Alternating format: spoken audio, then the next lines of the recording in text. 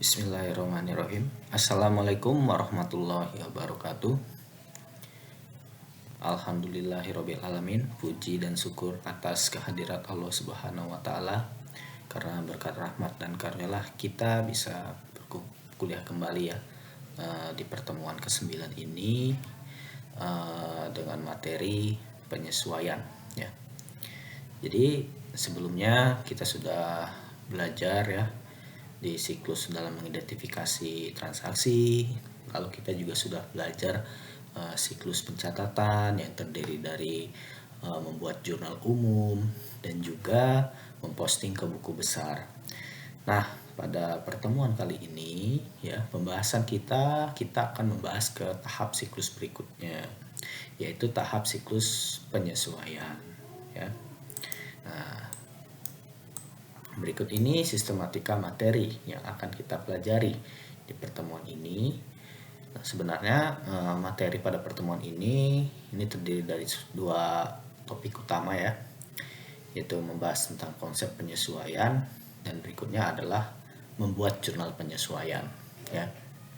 Jadi tidak terlalu banyak sebenarnya, tapi bukannya dalam artian sebentar ya, tapi justru banyak penjelasannya. Oke, nah pertama mengenai konsep penyesuaian ya. Apa sih penyesuaian itu? Bagaimana siklusnya ya? Jadi seperti yang Bapak uraikan sebelumnya, penyesuaian ini itu merupakan tahap setelah kita melakukan pencatatan atas semua transaksi eksternal yang sudah terjadi ya.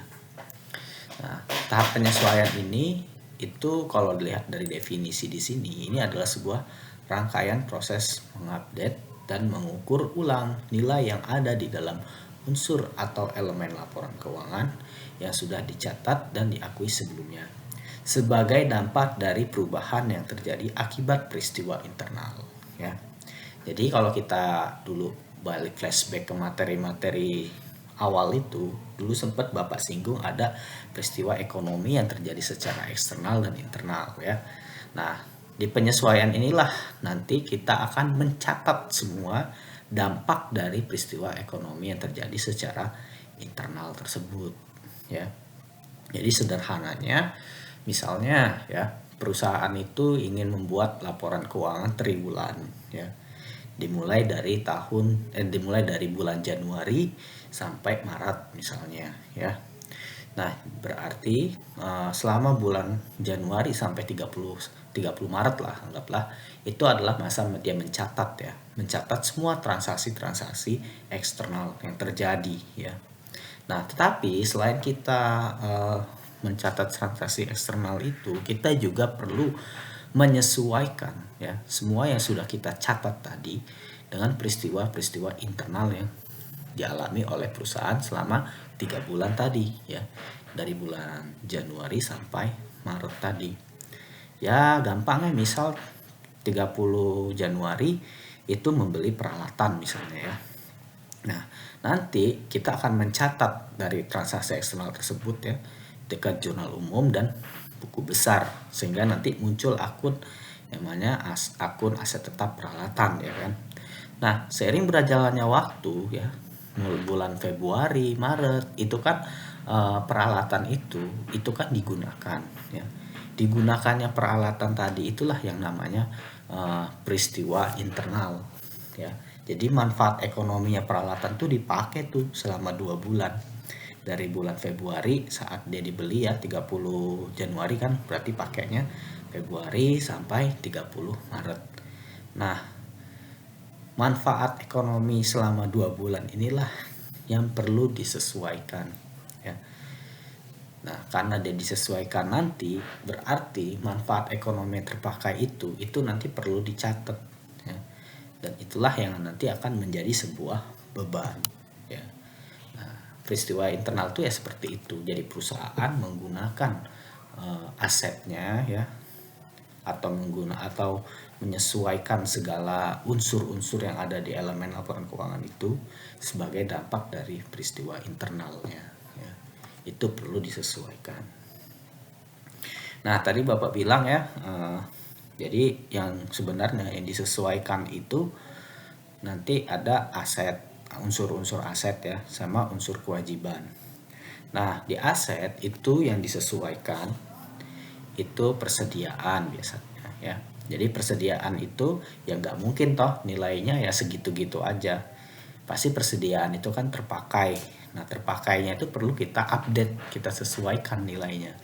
Ya, makanya ada istilahnya stock of none. Kalau setiap bulan, setiap mau melakukan pembukuan, itu di stock of none dulu. Disesuaikan berapa sih nilai persediaan yang tersisa. Dari sisa tadi berapakah nilainya. Nah, itu namanya persediaan ya. Stock of none atau penyesuaian di persediaan. Berikutnya piutang ya. Piutang itu juga kenapa di sini harus ada penyesuaian? Karena belum tentu ya. Nah, semua piutang kita kepada pelanggan itu bisa jadi ada yang ternyata tidak tertagih. Nah, ya. Makanya kalau tidak tertagih ya berarti harus kita hapus. Karena dihapus itu nanti akan muncul yang namanya beban ya. Beban kerugian piutang. Ya. Sama seperti persediaan juga tadi ya. Persediaan yang sudah digunakan oleh perusahaan selama periode mau melakukan pencatatan itu, misalnya dia 3 bulan, berarti selama 3 bulan itu berapa persediaan yang terpakai. Nah, persediaan yang terpakai itu nanti akan menjadi beban pokok yang namanya ya. Nah, berikutnya sewa tuh, sewa dibayar di muka. Ya biasa, kalau sewa yang kita udah bayar duluan, berarti kan kita memiliki hak sewa ya. Hak sewa dalam jangka periode tertentu. Nah, seiring berjalannya waktu, manfaat sewanya itu kan akan dipakai ya. Gak mungkin nilai sewanya itu sama terus. Misalnya setahun dia harga sewanya tuh 1.200.000, ya anggaplah setiap bulan tuh sebenarnya dia sewanya 120.000 ya. Berarti misalnya dia sudah 2 bulan nyewa, makai itu gedung misalnya yang disewanya, berarti ya anggaplah 2 bulan itu manfaat ekonominya tuh nilainya keluar ya 120.000 dikali 2 bulan ya kan tuh, karena dia 1 tahunnya 1.200.000 ya tuh 100.000 ya, 100.000 dikali 200.000 berarti. Nah, jadi sewa-sewa yang sudah dibayar di muka yang sudah menjadi aset itu perlu disesuaikan. Nah, manfaat yang sudah dipakainya, yang sudah keluar, itu nanti akan menjadi beban. Nah, ya, beban sewa namanya. Nah, sama halnya seperti aset tetap. Nah, ya, aset tetap ini jelas ya harus disesuaikan. Ya, harus disesuaikan nilainya karena aset tetap sama seperti yang lain, manfaatnya pasti akan digunakan. Ya, dan itu nilainya tidak mungkin akan selalu sama. Makanya nanti muncul yang namanya beban penyusutan aset tetap ya. Tuh. Nah, ini terus kewajiban. Nah, kewajiban ini juga ada penyesuaiannya. Ya seperti dulu pernah Bapak contoh ilustrasikan ya, gaji ya. Gaji itu bisa menjadi hutang ya. Hutang gaji karyawan. Kok bisa, Pak? Ya sederhana saja. Misal perusahaan itu mau melakukan pembukuan sebulan sekali ya. Nah, karyawannya tuh digaji setiap tanggal 25, ya kan? Oke, tanggal 25 bulan Januari memang dibayar gaji. Ya, gaji selama 1 bulan anggaplah. Nah, tapi tanggal 26, 27, 28, 29, 30, anggaplah karyawan tuh kerja tuh. Sisa bulan Januari tadi yang 25, 26, 27, 28, 29, 30. Nah, tapi kan dibayarnya bulan depan. Nah, 5 hari dia kerja ini yaitu harus dihitung. Dia karyawan sudah memberikan manfaat ekonomi ke perusahaan, makanya dia nanti jadi hutang ya, karena karyawan sudah kerja tapi belum dibayar gitu ya. Jadi seperti itu. Sama halnya seperti hutang bunga ya. Kalau misalnya perusahaan itu mengajukan hutang ya, baik itu hutang bank ya yang biasa jangka waktunya lama ya, itu dia bunga itu tetap berjalan seiring dengan kewajiban itu sudah ditetapkan dan sudah mulai berlaku ke perusahaan ya. Misalnya dia setahun jangka waktu temponya ya, bunganya adalah misalnya 10%, anggaplah 12% lah let's say dalam 1 tahun. Berarti 1 bulan itu anggaplah dia harusnya sudah terbebankan 1% bunganya sampai dia lunas. Makanya di sini nanti muncul yang namanya beban bunga dan hutang bunga ya. Lalu pendapatan diterima di muka. Loh Pak, kok pendapatan diterima di muka jadi kewajiban ya? Lah bisa. Lah kok bisa Pak? Ya sederhananya gini ya. Pendapatan diterima di muka itu, perusahaan itu sudah dapat duit ya. Duit atas sebuah kegiatan pendapatan lah. Anggaplah misalnya perusahaan itu adalah jasa periklanan, perusahaan jasa periklanan. Dia sudah kontrak 1 Januari, sudah deal sama konsumennya. Jadi dia akan memberikan pelayanan iklan ya selama setahun deh misalnya ya. Tapi dia dibayar di depan 1 Januari ya. Saat 1 Januari itu ya, perusahaan menerima uang dibayar di muka itu, perusahaan itu belum memberikan jasanya ke konsumen 1 Januari ya. Dia memberikan jasanya secara penuh kapan? Ya nanti setelah dia setahun itu dia memberikan jasa periklanannya. Makanya ya pendapatannya itu belum bisa diakui saat 1 Januari, tapi dia mengakui hutang ya. Karena dia masih punya kewajiban untuk memberikan jasa ke konsumen selama 1 tahun. Nah, kalau pendapatan diterima di muka ini, makanya perlu disesuaikan kewajibannya. Misalnya dia setahun, ya berarti misalnya sudah sebulan ya, berarti dia sudah sebulan memberikan jasa periklanan ke konsumen. Nah, sebulan itulah baru boleh diakuinya sebuah pendapatan. Tuh, jadi ini ya konsep-konsep dasarnya penyesuaian. Jadi intinya adalah mengupdate semua akun-akun yang ada di unsur laporan keuangan yang sudah kita catat itu, diupdate dengan peristiwa internal yang terjadi, ya, disesuaikan. Itulah yang namanya konsep penyesuaian. Ya.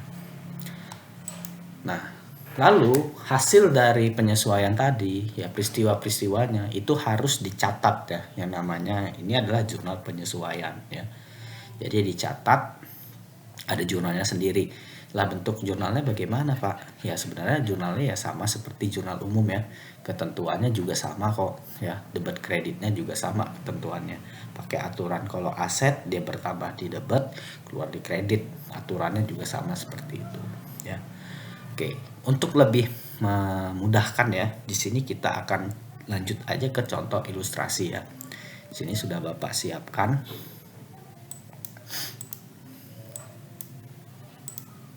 Nah, ilustrasi ya. Nah, anggaplah di sini ada sebuah ilustrasi perusahaan itu dia mau menyusun laporan keuangan ya selama 3 bulan ya. Nah, selama 3 bulan ini pertama inilah ada peristiwa-peristiwa eksternal ya. Nah, ini ada 7 peristiwa eksternal ya. Pertama ada penyetoran modal, membeli persediaan ya, ada mendapatkan kredit dari bank, lalu mendapatkan penjualan, terus dia kegiatan menyewa gedung, terus juga ada menyewa jasa periklanan ya, terus ada menerima kontrak penjualan ya. Nah, ini peristiwa-peristiwa eksternalnya yang dianggap terjadi saat dari bulan 1 Januari sampai 31 Maret 2021.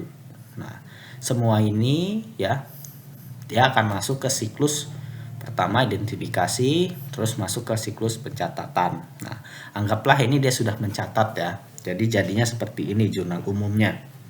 Ya, tanggal 1 Januari sampai 31 Maret ya. Jurnal yang tadi yang mencatat transaksi ini ya. Nah, ini jurnal umumnya. Ya. Nah, jadi jurnal umum ini pasti akan terposting ke buku besar. Nah, ini saldo buku besarnya ya. Untuk kas, persediaan, piutang, aset tetap, sewa dibayar di muka, hutang usaha, hutang bank, modal di setor ya. Jadi inilah pencatatan eksternalnya selama bulan Januari sampai 31 Maret ya. Nah, berikutnya perusahaan itu kan mau buat laporan keuangan. Nah, berarti dia sebelum buat laporan keuangan itu perlu dulu melakukan yang namanya penyesuaian. Nah, ya. Nah, anggaplah ini sudah dikasih tahu ya. Ada 6 peristiwa nih. Laporan terkait dengan peristiwa ekonomi secara internal yang terjadi ya. Dan ini yang perlu kita sesuaikan nantinya ya. Jadi nih pertama, ini semua penyesuaian ini berhubungan dengan transaksi yang sudah dicatat sebelumnya ya. Jadi kita menyesuaikan kas, misalnya menyesuaikan persediaan, menyesuaikan piutang, sewa dibuka, hutang usaha dan lain-lain. Ini harus kita sesuaikan di akhir bulan 31 Maret ini ya. Anggaplah pertama nih, menurut laporan bagian akuntansi biaya ya, nilai persediaan akhir barang dagang itu ya adalah 20 juta ya. Dan nilai persediaan barang dagang yang manfaat ekonominya telah terpakai selama 1 Januari hingga 31 Maret adalah 30 juta ya. Jadi di sini sudah jelas nih, ada laporan dari peristiwa internal yang terjadi terkait dengan akun persediaan barang dagang. Ternyata kalau setelah mereka stok opnam itu nilainya itu 20 juta loh dari beberapa barang dagang yang tersisa. Oh, berarti ya di sini ternyata sudah terpakai 30 juta ya. 30 juta. Harusnya dia itu 20 juta. Nah, berarti di sini perlu adanya jurnal penyesuaian atau perlu adanya penyesuaian terhadap yang namanya nilai persediaan barang dagang ya. Jadi sudah jelas di sini perlu adanya penyesuaian akun persediaan. Jadi sudah jelas sekali di sini. Jadi selama 1 Januari hingga 31 Maret itu total persediaan yang sudah keluar, yang udah menjadi beban, yang manfaatnya digunakan itu adalah nilainya 30 juta ya. Nah, di sini kita harus mencatat peristiwa ini. Mencatatnya di mana? Nah, di sini kita akan catat di jurnal penyesuaian. Nah, berarti 31 Maret ya. Pertama untuk kenapa 31 Maret? Lah iya, karena ini kan sudah di akhir bulan Maret. Kita akan melakukan penyesuaiannya. Ya, jadi semuanya nanti penyesuaian tuh ya di akhir cut off waktunya dia melakukan penyesuaian itu. Dalam hal ini adalah 31 Maret ya. Pertama, penyesuaian persediaan. Tadi dibilang ya, di sini manfaat ekonominya telah terpakai dari 1 Januari sampai 31 Maret adalah 30 juta. Berarti manfaat ekonomi yang sudah terpakai dari suatu aset atau persediaan dalam hal ini itu akan menjadi yang namanya beban pokok penjualan. Nah, karena tadi dia persediaannya sudah terpakai ya, berarti kan sudah hilang itu. Berarti nilai persediaannya pasti akan turun dong, akan berkurang persediaannya. Makanya di sini karena aset yang berkurang itu harus kita catat di posisi kredit. Berarti persediaan di kredit. Nilainya berapa? Nah, nilainya adalah 30 juta. Ya. Nah, seperti itu. Ya. Nah, ini debit, ini kredit. Nah, ini keterangan. Tuh. Ya.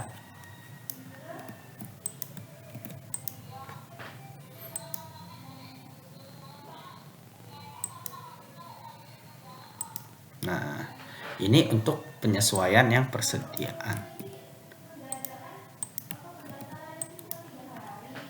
Nah, kita masuk ke berikutnya ya. Ini semuanya tanggal 31 ya nak ya, 31 Maret ya. Nah, berikutnya nih peristiwa kedua.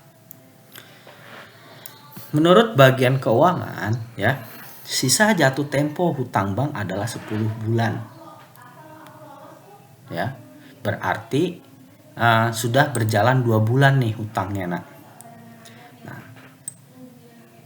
sehingga bunga yang terhitung itu selama 2 bulan itu adalah, jadi selama 2 bulan nih, itu kalau diestimasi oleh orang keuangan, 2 bulan itu ya memang kalau secara kontraknya ya dia dibayarnya itu ya nanti setelah jatuh tempo, Nak. Ya, hutang bank udah berjalan selama 2 bulan dari dia kontrak ininya, hutangnya. Sisanya 10 bulan lagi. Lah kok bisa ya Pak ya? Padahal kan bisa dibayar nanti ya Pak pas setelah jatuh tempo. Ya tapi kan dia sudah berhutang, Nak. Ya. Dia sudah mulai hutang dan dia sudah menggunakan uang dari hutangnya tadi ya. Dan harusnya beban bunganya itu yang ditanggung selama setahun itu dia harus sudah terhitung ya, sudah terhitung manfaatnya, atas manfaat yang sudah dipakai. Makanya ya selama 2 bulan berjalan, bagian keuangan itu sudah menghitung beban bunga yang seharusnya ditanggung itu adalah 416.667 ini. Caranya dari mana? Nah, 50 juta ini adalah hutang pokoknya ya. 5% ini adalah bunganya. Nah, ini dari mana, Pak? Lah, ini dari hutang dia yang terjadi di transaksi eksternal selama bulan Januari sampai Maret nih. Di sini kan dia sempat ngutang nih. Tuh, kredit modal kerja dari BRI ya. 50 juta, bunganya 5% per tahun, per 1 tahun. Jatuh temponya 31 Januari 2022. Nah, saat dia mau nyusun laporan keuangan tuh ya di 31 Maret dia disesuaikan beban bunga yang sudah berjalan berapa ya. Nah, dihitungkan oleh bagian keuangan nilainya segini ya. Nah, karena dia sudah mengakui adanya beban bunga yang sudah berjalan, makanya di sini kita harus mencatat adanya beban bunga ya. Terus kreditnya apa, Pak? Nah, kreditnya adalah hutang bunga. Jadi yang akan dia bayar di masa depan nanti ya selama 3 bulan itu ya segini. Nah, jadi hutangnya sudah terhutang itu sebesar berapa tadi? 400 ini ya.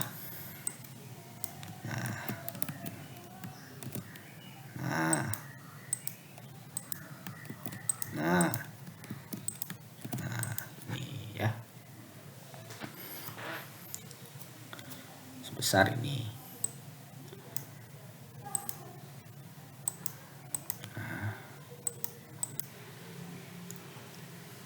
Jadi dia sudah menanggung beban, ya muncul beban, terus juga dia muncul hutang.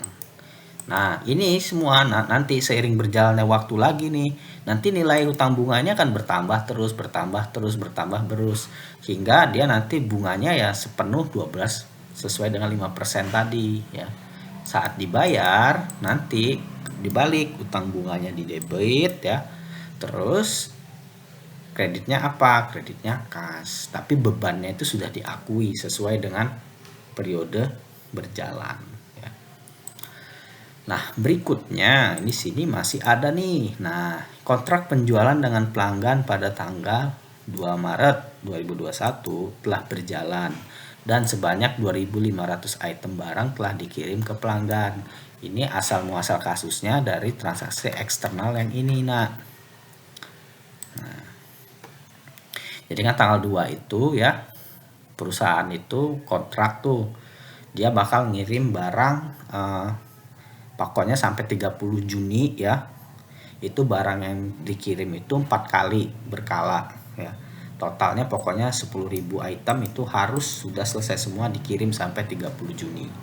Nah, tanggal 2 Maret ini tidak bisa diakui pendapatan. Kenapa? Karena kan dia ngirimnya itu berkala ya. Jadi dikirimnya bukan saat uangnya dia terima. Nah, 2 Maret ini dia belum ngirim apa-apa, ya. Nah, di sini dikasih tahu sama bagian keuangan sampai 31 Maret ya, itu sudah terkirim 2.500 item. Ya, berarti 2.500 item ini yang sudah dikirim itulah yang baru kita bisa akui sebagai pendapatan. Ya. Nah, di sini kita lihat 2.500 item kalau sesuai kontrak ini harganya 10.000 per itemnya, ya. Nah, berarti di sini kita sudah bisa mengakui pendapatan, ya. Pendapatannya itu kalau bertambah di kredit, ya. Penjualan, ya. Loh, terus debitnya apa, Pak? Debitnya ya hutang dia itu ya berkurang. Hutang dia untuk menyerahkan barang itu ya berkurang. Ini yang namanya pendapatan diterima di muka, ya. Ini adalah hutang usaha. Nah, itu debitnya. Sejumlah berapa, Pak? Ya, sejumlah barang yang sudah dikirimkan ke pelanggan tadi. Kan 2.500 ya. Dengan harganya mas satu barang itu 10.000. Nah, berarti 250.000. Tuh, ya. Nah, ini. Nah, ya. Nah, terus peristiwa internal berikutnya apalagi nih yang dilaporkan? Nah, menurut subbagian penagihan, nah ini ya, salah satu debitur atau konsumen telah terbukti tidak dapat melunasi hutangnya dengan nilai tagihan sebesar 200.000. Nah, ini yang kata Bapak tadi, Jadi piutang itu perlu disesuaikan, ya. Nah, di sini jelas katanya ada salah satu debiturnya tuh nggak bisa bayar hutang. Berarti kan harusnya nilai piutangnya harusnya lebih kecil, ya.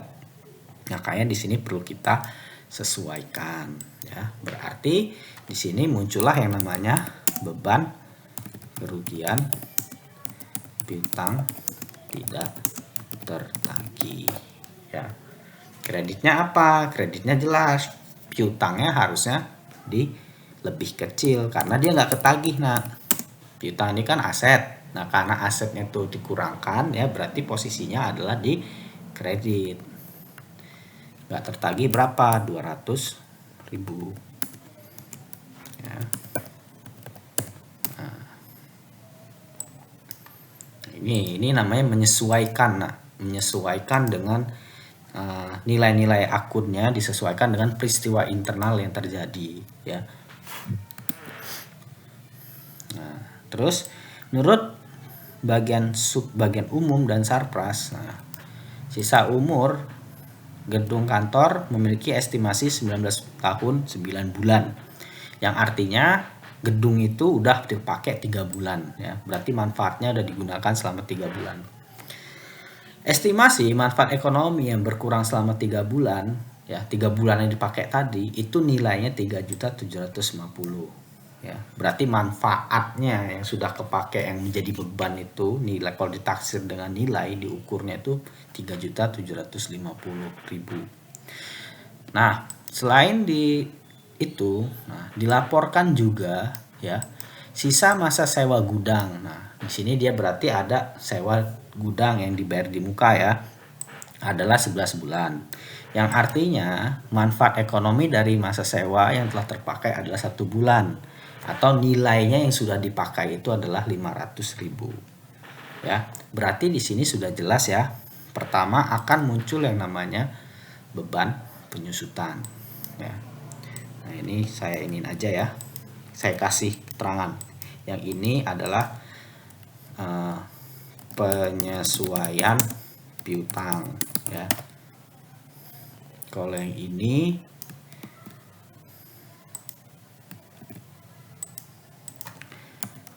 penyesuaian pendapatan diterima di muka, ya. Kalau yang ini adalah penyesuaian bunga, ya, beban bunga. atau hutang bunga. Nah, berarti kalau yang ini yang akan kita catat lagi, ini adalah penyesuaian aset tetap ya. Dan nah, pertama aset tetap dulu deh ya. Nah, aset tetap tadi di sini yang dijelaskan adalah gedung, ya kan? Gedungnya katanya udah kepake 3 bulan ya, berarti manfaat ekonominya sudah mengalir selama 3 bulan dan berkurang sehingga menimbulkan yang namanya beban penyusutan.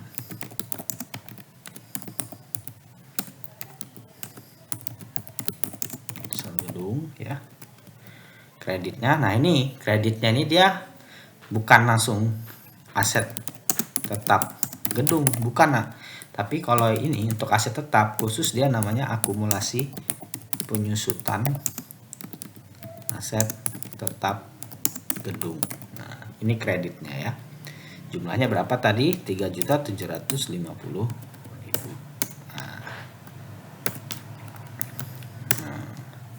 Ya. Nah, ini ada akun khusus namanya. Nah, tadi ada satu lagi nih nah yang perlu melakukan penyesuaian lagi ya. Adalah sewa dibayar di muka.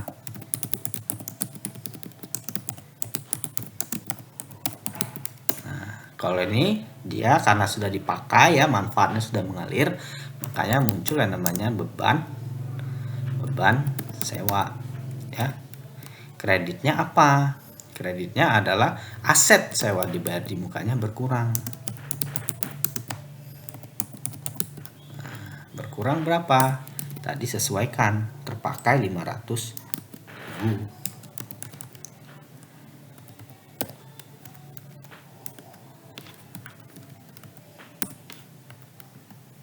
Nah, ini ya.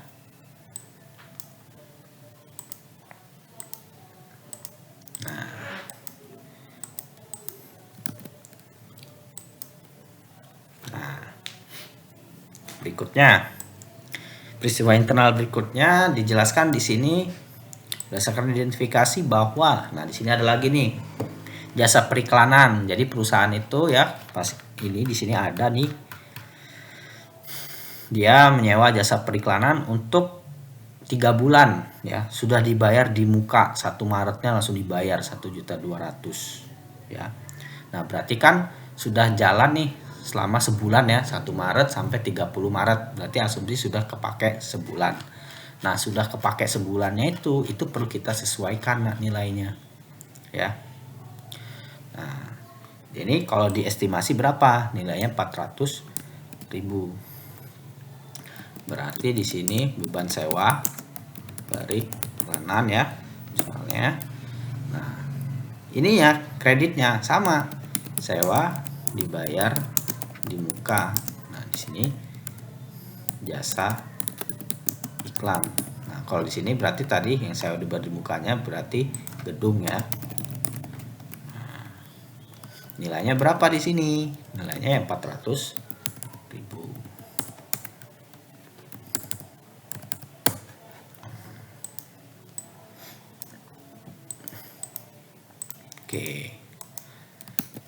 Oke, yang terakhir ya, penyesuaian lagi. Nah, di sini bagian personalia melaporkan bahwa pembayaran gaji karyawan per 3 bulan akan dibayarkan bulan depan.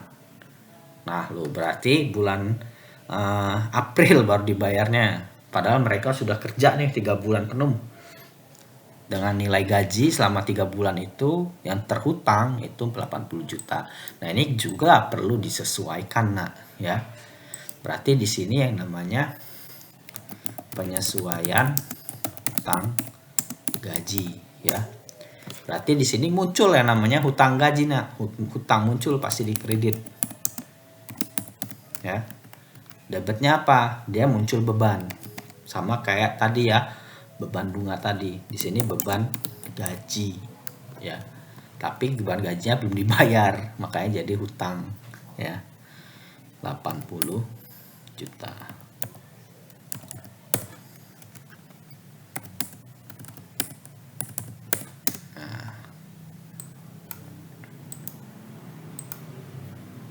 Nah, Oke. Nah, jadi ini jurnal penyesuaiannya ya untuk peristiwa internal yang terjadi selama 3 bulan tadi ya. Nah, selanjutnya bagaimana Pak? Sama seperti saat pencatatan ya. Kalau jurnal umum, setelah di jurnal umum dia akan langsung diposting ke buku besar. Nah, ini sama nak. Jadi setelah kita mencatat nih semua jurnal ini ya, atau setiap terjadinya pencatatan ini, kita harus update ini tadi ya ke buku besar yang sudah tercatat tadi ya. Misalnya nih ya. Misalnya di sini beban pokok penjualan ya. Berarti di sini harus buat buku besar juga nak. Beban pokok penjualan. Nah, ini akunnya. Ya. Nah, di sini berarti ada tanggal ya, keterangan. Ini debit dan juga kredit. Ini saldonya ya. Ya berarti dimasukkan nih di sini keterangannya. Nah, debit ya kan. Tanggal 31 Maret. Ini kodenya apa? Kodenya adalah referensinya adalah jurnal penyesuaian ya. Keterangannya ini keterangannya adalah dari beban persediaan. Nah, terus yang berikutnya adalah akun persediaan. Nah, akun persediaan kan sebelumnya sudah ada ya di buku besarnya yang dicatat 1 Januari sampai 31 Maret, di mana nilai persediaannya adalah 50 juta kalau di sini. Ya. Berarti nanti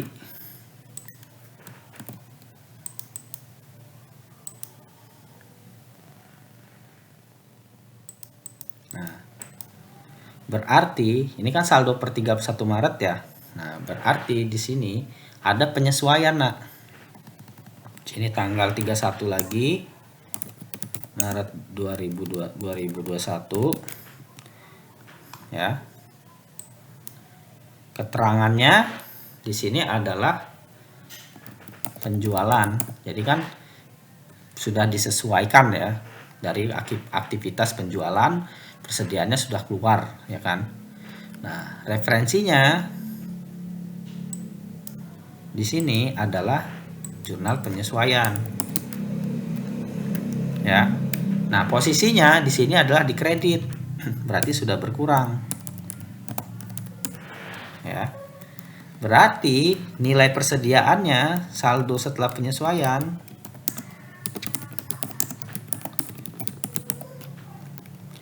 adalah 50 juta dikurang 30 juta. Oh, ini karena picture ya. Salah, ini berarti 50 juta nih ya. 50 juta saldonya ya. Ini kan saldo ini dikurangi saat dia penyesuaian, berarti di sini adalah 20 juta. Nah, dan seterusnya ya. Jadi semua akun-akun tadi disesuaikan lagi nih. Ya, dicatat ke buku besar. Yang sudah ada yang sebelumnya yang dicatat nih kayak hutang ya, kayak pendapatan terima di muka yang sudah tercatat di buku besar sebelumnya. Kalau misalnya ada penyesuaian ya, nih kayak sewa di luar muka, ya berarti setelah penyesuaiannya berapa nilainya tuh dimasukkan lagi ya, seperti itu ya. Oke, mungkin itu ya untuk materi penyesuaian ya. Saya harap ini benar-benar dipelajari ya penyesuaian. Mana penyesuaian ini cukup rumit, jadi tolong dibanyak latihan ya. Tolong banyak latihan agar kalian sudah terbiasa ya. Oke, mungkin itu saja ya dari saya untuk materi kita pada hari ini. Saya akhiri. Wassalamualaikum warahmatullahi wabarakatuh.